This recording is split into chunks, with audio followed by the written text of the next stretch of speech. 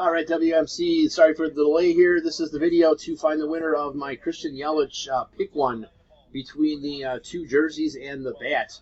So we'll check the time, March 13th at 10:23 a.m. We're going to go over to the raffle and type live. And we have March 13th at 10:23 a.m. There is the list of our 18 entries. We're just going to randomize your names, and then whoever's on top after the final roll is our winner. So we need a dice roll of 5 or higher. There's 9.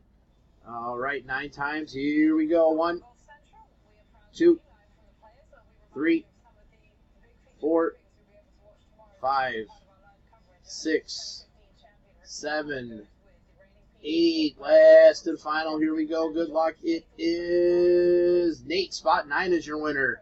So, Nate, please message me to make your selection.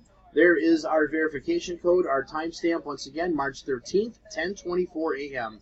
That's it, guys. Thanks.